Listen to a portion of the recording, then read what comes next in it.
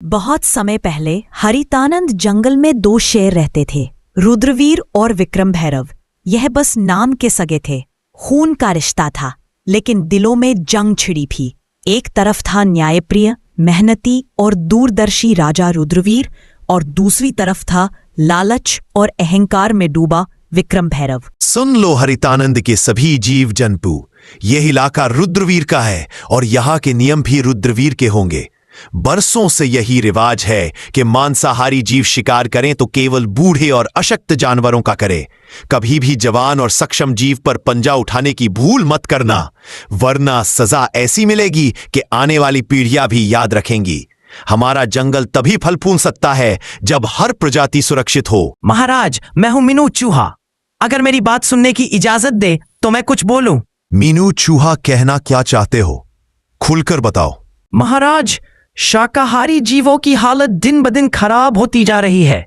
जंगल की जो जमीन अनाज उगाने लायक थी, उस पर तो आपके भाई विक्रम भैरव का कब्जा है। बाकी जमीन इतनी बंजर है कि चाहे कितनी मेहनत करें, पेट भरने लायक अनाज नहीं मिलता। महाराज, आज तो किसी तरह गुजर बसर हो रही है, लेकिन आने वाले दिनों में भूख हमारा सबसे बड़ा दुश्मन होगी। मीनू, तुम्हारी बात गंभीर है, लेकिन हर मुद्दे का हल एक ही दिन में नहीं निकलता। आज के लिए जितना है उसमें सब गुजारा करो, कल का सूरज नई उम्मीद लेकर आएगा। हम इस पर विचार करेंगे और कोई भी अन्याय, चाहे वह मेरा भाई ही क्यों ना करे, बर्दाश्त नहीं होगा। और उधर विक्रम भैरव। क्यों रे फट्टू भेड़िया, इस बार जनगणना का क्या हाल है? कितने शाकाहारी जीव बचे हैं मेरे इलाके में? महाराज, बस एक ही परिवार बचा है, भोलू बकरा और उसका छोटा बच्चा। बाकी तो आपके शिकार में सब खत्म हो गए। सिर्फ 1 महीने में ही आपके इलाके में शिकार ढूंढना भी मुश्किल हो जाएगा। ये क्या बोल रहा है तू? अगर शिकार ही नहीं रहेगा तो हम खाएंगे क्या? भूख से मर जाएं क्या हम? महाराज, यही तो आपको पहले सोचना चाहिए था। जब से आप राजा बने हैं, आपने इतनी बेरहम शिकारी की है कि गिनने के लिए उंगलियां कम पड़ जाएं। अब हालत यह है कि आखिरी बचा शिकार भी आपके बड़े भाई के इलाके में भाग गया है। भागेगा कहाँ? शिकार मेरा है, चाहे वो भाई के इलाके में क्यों ना चला जाए। आज चाहे आसमान टूट पड़े, मैं उस भोलू बकरा को खाकर ही दम लूंगा। चल फट्टू भेड़िया मेरे साथ। इतना बोलकर विक्रम भैरव और फट्टू भेड़िया दोनों भोलू बकरा के पास जाने लगते हैं। महाराज, यही है रुद्रवीर का इलाका। भोलू बकरा यही छुपा होगा, लेकिन यह जगह आपके लिए खतरे से खाली नहीं है। खतरा विक्रम भैरव के लिए? यह जंगल मेरी रगों में बहता है। फट्टू भेड़िया और शिकार मेरा हक है, चाहे वो भाई का इलाका हो या किसी और का। आज भोलू बकरा का अंत पक्का है। अचानक झाड़ियों के पीछे से भोलू बकरा और उसका बच्चा दिखाई देते हैं, डर के मारे कांपते हुए। भागो मत, तुम्हारा वक्त आ गया है। आज तुम्हारी चीखें इस जंगल में आखिरी बार गूंजेंगी। विक्रम भैरव झपटता है, तभी उसके सामने रुद्रवीर आ जाता है। बस एक कदम और ये जंगल तुम्हारे नाम को हमेशा के लिए मिटा देगा विक्रम भैरव। यह इलाका मेरा है और यहां मेरे नियम चलते हैं। तुम्हारे लालच ने पहले ही तुम्हारे इलाके को वीरान कर दिया। अब तुम मेरी प्रजा पर पंजा उठाओगे। जब तक रुद्रवीर जिंदा है, कोई भी मासूम इस जंगल में डर के साये में नहीं जिएगा। तू मुझे रोक सकेगा? तू सिर्फ अपनी प्रजा का राजा है। मैं इस पूरे जंगल का शेर हूं। मेरा शिकार मुझसे छीनने की हिम्मत कैसे हुई तुझमें? हिम्मत नहीं, फर्ज कहो इसे। राजा वो नहीं जो ताकतवर हो, राजा वो है जो कमजोर को भी उतना ही जीने का हक दे जितना खुद जीता है। अगर तुझे भूख लगी है तो मैं तुझे शिकार दूंगा, लेकिन इस भोलू बकरा का एक बाल भी बांका नहीं होने दूंगा। ठीक है भाई, आज तेरे इलाके का कानून मान लेता हूं, लेकिन याद रख, जंगल के हर कोने में तू नहीं होगा, और जब मैं अकेला शिकार देखूंगा, कोई नहीं आएगा उसे बचाने। विक्रम भैरव मुड़कर चला जाता है। रुद्रवीर भोलू बकरे को और उसके बच्चे को अपनी सुरक्षा में लेकर जंगल के अंदर ले जाता है। रात का समय विक्रम भैरव का अड्डा। आधा चांद आसमान में है, चारों ओर अंधेरा और ठंडी हवा। विक्रम भैरव गुफा के पास बैठा है, उसकी आंखों में लाल चमक। फट्टू भेड़िया पास में खड़ा है, डर और उत्सुकता के बीच। फट्टू फट्टू भेड़िया, आज की हार मैं भूला नहीं। शेर खान ने सबके सामने मेरी इज्जत मिट्टी ने मिला दी। लेकिन जंगल में ताकतवर वही नहीं होता जो सीधे पंजा मार दे। ताकतवर वो होता है जो दुश्मन के किले को अंदर से गिरा दे। महाराज, आपका क्या मतलब है? मतलब ये कि अब हम रुद्रवीर के इलाके में ऐसे बीज बोएंगे जो उसकी प्रजा को उसी के खिलाफ कर दे। हम पहले उसके जंगल में अराजकता फैलाएंगे, अनाज चुराएंगे, पानी के स्रोत गंदे करेंगे ताकि उसकी प्रजा भूखी और प्यासी हो जाए। फिर जब लोग उसके फैसलों से नाराज होंगे तो मैं आऊंगा उनके लिए मुक्तिदाता बनकर। इतना बोलकर विक्रम भैरव और फट्टू भेड़िया दोनों रात में रुद्रवीर के इलाके में चले जाते हैं और वहां जाकर तालाब में सड़ा हुआ मांस फेंक देते हैं और गुफा से अनाज को चुरा लेते हैं और फिर अपने जंगल वापस आ जाते हैं। तभी अगली सुबह। महाराज, आज सुबह जब मैं सीमा की गश्त पर निकला तो मैंने कई जगह पैरों के निशान देखे। वह हमारे इलाके के नहीं हैं। ऐसा लगता है कि कोई रात के अंधेरे में आया, चोरी की और फिर वापस चला गया। यह सिर्फ पानी और अनाज की कमी का मामला नहीं है महाराज, यह किसी बड़े षड्यंत्र की शुरुआत है। मैंने अपने कानों से सुना है महाराज, पिछली रात पहाड़ी के पार कुछ अजनबी भेड़ियों की बातें हो रही थी। वे कह रहे थे जब भूख बढ़ेगी तो राजा पर शक खुद उसकी प्रजा करेगी। यह शब्द मुझे बेचैन कर रहे हैं। महाराज, हमें जल्दी कुछ करना होगा, वरना भूख और डर हमारी एकता को तोड़ देंगे। महाराज, मैं तो बस पानी लेने तालाब गया था, लेकिन वहां की हालत देखकर मेरा दिल बैठ गया। पानी में से सड़ी हुई बदबू आ रही है, मछलियां ऊपर तैर रही हैं। अगर ऐसे ही रहा तो ना हम पी पाएंगे ना फसल उगेगी। मुझे तो लगता है कि यह काम किसी अंदर के गद्दार का भी हो सकता है जो दुश्मन का साथ दे रहा है। महाराज, मैं आपसे एक बात साफ साफ कहूंगी, यह काम सीधा साधा नहीं है। यह योजना किसी ऐसे के दिमाग से निकली है जो हमें अंदर से कमजोर करना चाहता है। विक्रम भैरव के पंजे सीधे हमारे इलाके तक नहीं पहुंच सकते, लेकिन उसकी चालाकी जरूर पहुंच सकती है। अगर आप कहे तो मैं रात में गुप्त रूप से उसके इलाके में जाकर पता लगा सकती हूं कि वो क्या साजिश रच रहा है। तुम सब मेरे परिवार हो और इस जंगल के रखवाले भी। विजय घोड़ा, तुम सीमाओं की चौकसी दोगुनी कर दो। बलवंत हाथी, तुम अपनी ताकत से पानी के तालाब को साफ करने में मदद करो। ढोलू गधा, तुम गांव-गांव घूमकर सबको हौसला दो ताकि डर फैले ना पाए। और लूना लोमड़ी, तुम मेरी आंख और कान बनकर विक्रम भैरव के इलाके में जाओ और सच लेकर लौटो।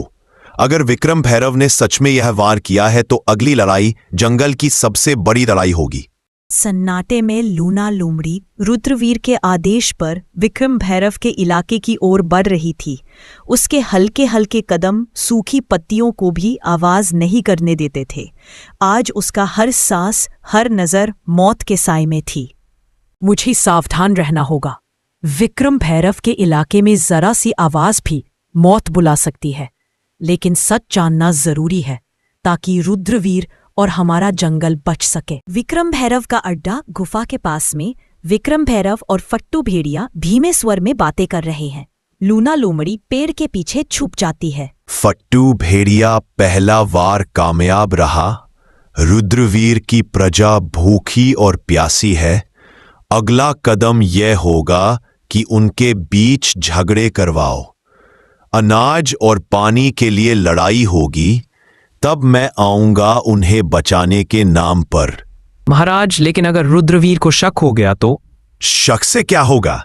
जब तक उसके अपने लोग उस पर भरोसा खो देंगे वो कुछ नहीं कर पाएगा। याद रख फट्टू भेड़िया, शेर को हराने के लिए उसके पंजे नहीं, उसके दिल पर वार करो। लूना लोमड़ी यह सुनकर हैरान रह जाती है। उसके कान खड़े हो जाते हैं, लेकिन तभी पास में एक सूखी टहनी टूट जाती है और हल्की सी आवाज गूंजती है।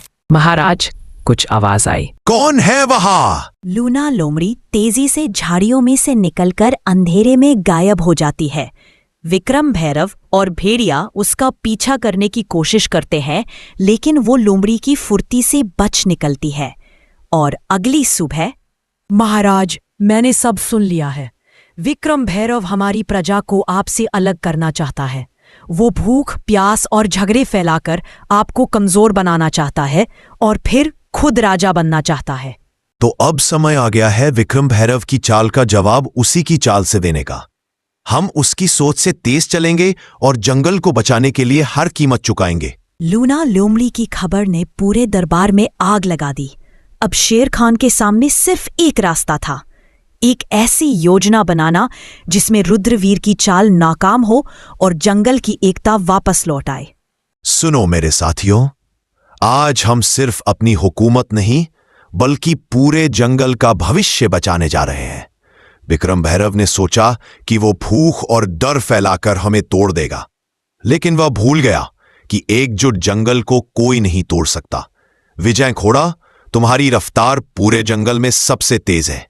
तुम सीमा पार विक्रम भैरव के इलाके के चारों ओर गश्त करोगे और अगर उसकी कोई टुकड़ी हमारी तरफ बढ़े तो तुरंत खबर लाओगे। महाराज, जब तक मेरे पैर में जान है कोई दुश्मन इस तरफ नहीं आ पाएगा। बलवंत हाथी, तुम्हारी ताकत हमारी ढाल होगी। तुम अनाज के भंडार के पास रहोगे ताकि विक्रम भैरव का कोई आदमी चोरी ना कर सके। महाराज, मेरी मौजूदगी में अनाज का एक दाना भी इधर उधर नहीं होगा। ढोलू गधा लोग तुम्हें कम आंकते हैं, लेकिन तुम्हारी याददाश्त और सहन शक्ति सबसे बड़ी ताकत है। तुम जंगल के हर घर जाओगे और सबको समझाओगे कि विक्रम भैरव की अफवाहों पर भरोसा ना करे। महाराज, जब तक मेरी आवाज पहुंचेगी कोई भी अपने राजा पर भरोसा खोएगा नहीं। मीनू चूहा, तुम्हारा कद छोटा है लेकिन काम बड़ा। तुम विक्रम भैरव के अड्डे के अंदर घुसकर उसकी खाने पीने की चीजें कुतर दोगे ताकि उसकी टोली कमजोर हो जाए। समझ जाइए महाराज, अब विक्रम भैरव को दांत दिखाने से पहले दांत साफ करने पड़ेंगे। और लूना लोमड़ी, तुम्हारा काम सबसे मुश्किल है। तुम विक्रम भैरव के बीच फूट डालोगी। फट्टू भेड़िए को यकीन दिलाओ कि विक्रम भैरव उसे धोखा देने वाला है और जब उनके बीच लड़ाई होगी हम वार करेंगे। महाराज, विक्रम भैरव को नहीं पता कि खेल अभी शुरू हुआ है। योजना बन चुकी थी। अब ये सिर्फ ताकत की लड़ाई नहीं थी, ये थी दिमाग, हिम्मत और एकता की परीक्षा। जंगल की सांसें तेज हो चुकी थी क्योंकि विक्रम भैरव को खबर तक नहीं थी कि रुद्रवीर ने मोर्चा संभाल लिया है। फट्टू भेड़िए, आज भोलू बकरा मेरे पंजे से नहीं बच पाएगा। जो भी सामने आए उसे रौंद देना। महाराज, रास्ता साफ है लेकिन लगता है कोई हमें देख रहा है। कुछ भी नहीं होगा।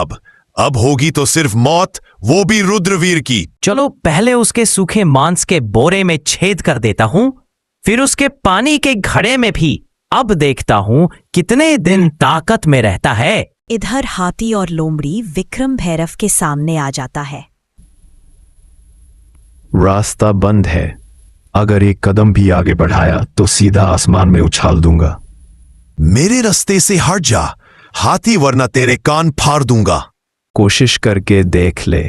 हाँ हाँ फट्टू भेड़िए, सुना है विक्रम भैरव तुम्हारे हिस्से का शिकार खुद खाने वाला है। तुम उसके लिए सिर्फ नौकर हो। क्या वो मुझे धोखा देगा? सोच ले, अभी भोलू बकरा तेरे पंजे में आ सकता है, वरना विक्रम भैरव सब खा जाएगा। महाराज, विक्रम भैरव जंगल में प्रवेश कर चुका है। जल्दी चलिए महाराज।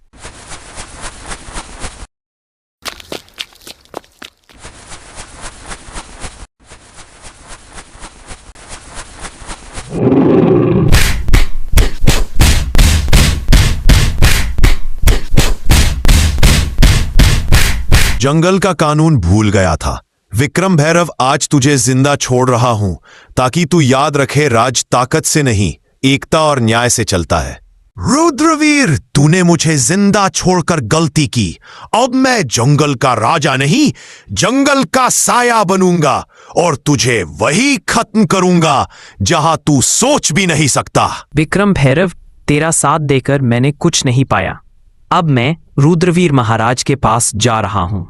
जा फट्टू भेड़िया, पर याद रख विक्रम भैरव की छाया से कोई नहीं बचता। मैं फिर लौट कर आऊंगा।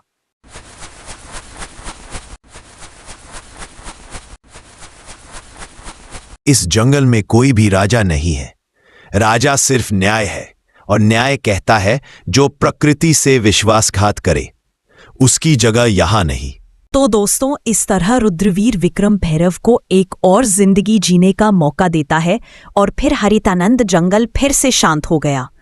लूना लोमड़ी, विजय घोड़ा और बलवंत हाथी सब अपने अपने काम में लग गए।